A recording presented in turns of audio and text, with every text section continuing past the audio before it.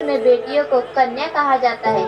उसे लक्ष्मी, सरस्वती, माँ दुर्गा के रूप में देखा जाता है और नवरात्रा के दिनों में तो साक्षात उसे घर घर में पूजा जाता है। फिर क्या हो गया कि आज वह अपने अस्तित्व की लड़ाई लड़ रही है। वह अपने जीवन की भीख मांग रही है। अरे, बेटी तो हर घर की शान है, उसी से घर में रोशनी है। बेटी तो घरों को जोड़ती है। तो आइए, बेटियों के सम्मान में हम एक नाटक प्रस्तुत करने जा रहे हैं, जिसका शीर्षक है बेटी बचाओ बेटी पढ़ाओ। मीरा, ओ मीरा, तुमने मुन्ना को कहीं देखा क्या? पता नहीं सुबह सुबह कहाँ चला गया।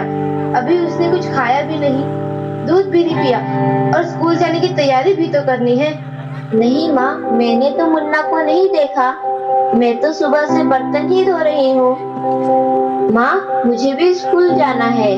मुझे पढ़ना लिखना बहुत अच्छा लगता है। मेरा भी दाखिला स्कूल में करा दो ना माँ। ए छोरी, बड़ी है स्कूल जाने वाली, घर के कामकाज अच्छे से सीख ले। आगे चलकर यही तेरे काम आने वाले। पढ़ लिख कर कौन सा तुझको कलेक्टर बनना है?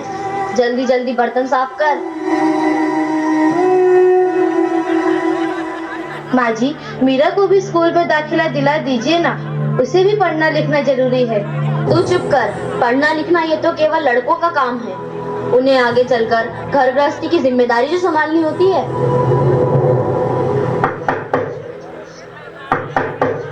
अरे, क्या हो रहा है?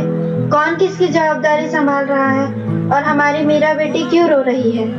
देखिए ना डॉक्टर दीदी, दादी मुझे स्कूल ही जाने नहीं देती। कहती है तुझे पढ़ लिख कर क्या करना है, आगे चल के चूल्हा चौका ही तो संभालना है। अरे, यह तो बहुत गलत बात है माँ जी। क्या आपको नहीं लगता कि हम बेटियां भी पढ़ लिख कर आगे बढ़े? आज समाज बहुत आगे बढ़ गया है माँ जी। आप किस दुनिया की बात कर रही हैं? हम 21वीं सदी में जी रहे हैं। मैं आज ही टीचर दीदी से बात कर मीरा का दाखिला स्कूल में कराती हूँ। और हाँ, मैं तो यहाँ इसीलिए आई थी कि मुन्ना को पोलियो ड्रॉप दिया कि नहीं। जगह जगह इसके कैंप लगे हैं। अच्छा हुआ बहन जी आप आ गए। अब मुन्ना को पोलियो ड्रॉप भी दे देंगे और मैं इसे स्कूल भी पहुँचा दूंगी। अच्छा मीरा, अब तुम रोना नहीं, तुम जरूर स्कूल जाओगी और एक दिन पढ़ लिख कर मेरी तरह बहुत अच्छी डॉक्टर बनोगी। ठीक है बेटा?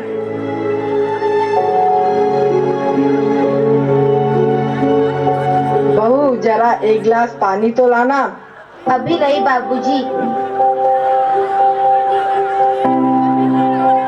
ये लीजिए बाबूजी। अरे ये देखो, अखबार में प्यारी बेटी के बारे में कितनी सुंदर कविता आई है। आओ मैं तुम्हें यह कविता पढ़कर सुनाता हूँ। कहती बेटी बाह पसार, मुझे चाहिए प्यार दुलार। बेटी की अनदेखी क्यों करता है निष्ठुर संसार। सोचो जरा हमारे बिन बसा सकोगे घर परिवार। गर्भ से लेकर यौवन तक मुझ पर लटक रही तलवार। मेरी व्यथा वेदना का अब हो स्थायी उपचार। जब माँ ही जग में न होगी तो तुम जन्म किससे पाओगे। जब बहन होगी घर आंगन में तो किससे रूठोगे, किसे मनाओगे। जब दादी नानी न होगी तो तुम्हें कहानी कौन सुनाएगा। जब कोई स्वप्न सुंदरी ही न होगी तो तुम किससे ब्याह रचाओगे। जब घर में बेटी ही न होगी तो तुम किस पर लाड लुटाओगे।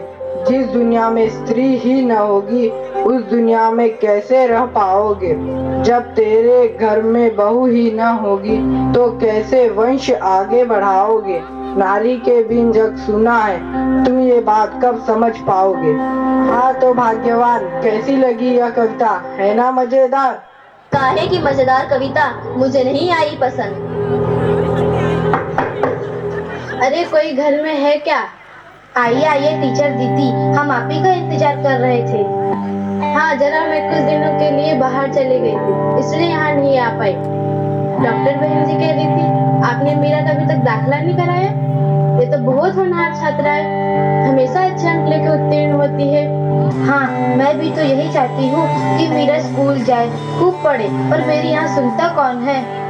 हाँ हाँ, खूब पढ़ाओ लड़की को और बाहर भेजो। जब कुछ गलत सलत हो जाएगा ना तो मुंह छुपाने की भी जगह नहीं मिलेगी। अरे माँ जी, आप कहाँ की बात कहाँ लेकर बैठ गए। मीरा को 10वीं तक तो पढ़ाई पूरी कर लेने दीजिए, आगे की पढ़ाई के बारे में बाद में सोचेंगे। हाँ टीचर दीदी, हम मीरा को अवश्य स्कूल भेजेंगे। मैं उसे मेरे जैसा अनपढ़ नहीं रहने दूंगी, उसे खूब पढ़ाऊंगी। कल मीरा को तैयार रखना, मैं उसे लेने आऊंगी। क्यों दादाजी, सही कहा ना मैंने? हाँ हाँ बेटा, बिल्कुल सही कहा। मैं तो कब से कह रहा हूँ कि मीरा को भी स्कूल जाने दो। प्रणाम दादाजी। प्रणाम बेटा।